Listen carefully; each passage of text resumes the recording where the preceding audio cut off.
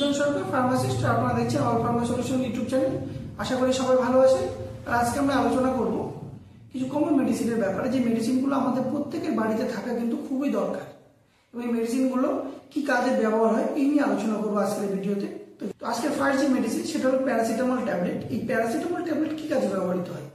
এই paracetamol tablet আপনি জ্বরের জন্য কিংবা আপনার শরীরের যে কোনো অংশে ব্যথা কিংবা আপনার মাথা ব্যথা, অনেক সময় মেয়েদের পিরিয়ডের ব্যথার ক্ষেত্রেও কিন্তু এই ট্যাবলেটটা কিন্তু ব্যবহৃত হয়। এই ট্যাবলেটটা খাওয়ার যেটা নিয়ম সেটা হলো সকালে একটা, দুপুরে একটা, রাতে একটা আপনি খাওয়ার পর আপনি খেতে পারেন।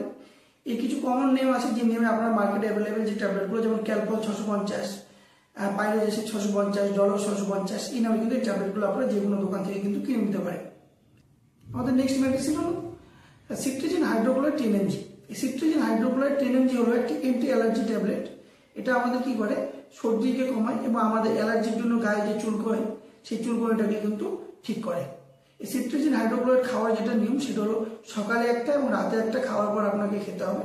মার্কেটে কিছু কমন সিট্রিজিন হাইড্রোক্লোরাইড ট্যাবলেট আছে, যেমন সিটজিন, জিন, এই নামে কিন্তু আপনার এই ট্যাবলেটগুলো কিন্তু পেয়ে যাবেন। প্যারাসিটামল 325 mg প্লাস এসিলোফেনিক 100 mg, এই দুটো ইনগ্রিডিয়েন্ট দিয়ে একটা মেডিসিন তৈরি হয়। সেই ট্যাবলেটটা কিন্তু আপনারা মার্কেটে দেখবেন যে জেরোডল পি কিংবা হাইপেনিক পি নামে কিন্তু বিক্রি হয়। এই ট্যাবলেটটা আপনারা বাড়িতে রেখে দিতে পারেন।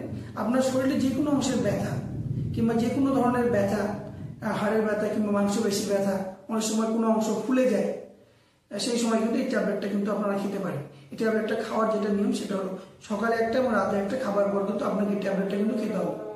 আমাদের নেক্সট মেডিসিন হলো মেট্রোনিডাজল 400 mg। এই মেট্রোনিডাজল 400 mg একটা অ্যান্টিবায়োটিক ট্যাবলেট, যেটা মার্কেটে মেট্রোজেল 400 এবং ফ্লাইজেল 400 নামে কিন্তু আপনারা পেয়ে যাবেন। এই ট্যাবলেটটার যে কমন ব্যবহার সেটা হলো যদি আপনার আমাশা কিংবা পাতলা পায়খানা হয় তখন কিন্তু এই ট্যাবলেটটা ব্যবহার করা হয়। এছাড়া আপনার যদি ব্যাকটেরিয়াল ইনফেকশন হয়ে থাকে তখনও কিন্তু এই ট্যাবলেটটা কিন্তু দেওয়া হয়ে থাকে। এছাড়াও যদি আপনার দাঁতের কোনো রকম ইনফেকশন হয় তখন কিন্তু এই ট্যাবলেটটা কিন্তু আপনারা ব্যবহার করতে পারেন। এই ট্যাবলেটটা খাওয়ার যেটা নিয়ম সেটা হলো সকালে একটা এবং রাতে একটা খাবার পর কিন্তু আপনাকে এই ট্যাবলেটটা কিন্তু খেতে হবে। আমাদের নেক্সট যে মেডিসিন সেটা হলো প্যান্টোপ্রাজল সোডিয়াম 40 mg। এই প্যান্টোপ্রাজল সোডিয়াম 40 mg, যেটা মার্কেটে প্যান 40 কিংবা প্যান্টপ 40 কিংবা প্যান্টোসিড 40 নামে কিন্তু আপনারা পেয়ে যাবেন। এই ট্যাবলেটটা কি করে, অতিরিক্ত গ্যাস বা অ্যাসিডিটির জন্য কিন্তু ব্যবহৃত হয়, এবং গ্যাস বা অ্যাসিডিটির জন্য যদি আপনার অম্বল কিংবা ঢেকুর হয় তখন কিন্তু আপনি এই ট্যাবলেটটা খেতে পারেন। এই ট্যাবলেটটা খাওয়ার যেটা নিয়ম সেটা হলো সকালবেলা খালি পেটে একটা করে ট্যাবলেট কিন্তু আপনাকে কিন্তু খেতে হবে। আমাদের নেক্সট মেডিসিন হলো প্যান্টোপ্রাজল সোডিয়াম এবং ডোমপেরিডন। এই দুটো ইনগ্রিডিয়েন্ট দিয়ে একটি ক্যাপসুল তৈরি হয়, যেটা মার্কেটে আপনার প্যান্টোসিড ডিএসআর, প্যান্টপ ডিএসআর কিংবা প্যান্ডি নামে কিন্তু আপনারা পেয়ে যাবেন।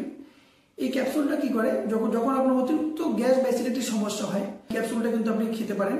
অতিরিক্ত গ্যাস বা অ্যাসিডিটির কারণে যদি আপনার বমি ভাব হয় কিংবা আপনার বমি পায়, এর মধ্যে যে ডোমপেরিডন আছে সেটা আমাদের বমি ভাব এবং বমিকে কিন্তু বন্ধ করে।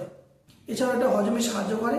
এছাড়াও গ্যাসের কারণে যদি পেটের ব্যথা হয় সেক্ষেত্রেও কিন্তু আপনার ব্যথা কমাতে কিন্তু এটা সাহায্য করে। নেক্সট মেডিসিন অ্যাসকোয়েড এলএস এবং ডেশওয়াশ এলএস। এই অ্যাসকোয়েড এলএস এবং ডেশওয়াশ এলএস এটা একটা কফ সিরাপ। যদি আপনার অতিরিক্ত কাশি কিংবা কাশির সঙ্গে আপনার কফ বেরোয় তখন কিন্তু আপনি এই সিরাপটা কিন্তু ব্যবহার করতে পারেন। এই সিরাপটা খাওয়ার যেটা নিয়ম সেটা হলো সকালে, দুপুরে এবং রাতে 10 ml করে জল ছাড়া কিন্তু আপনাকে কিন্তু খেতে হবে।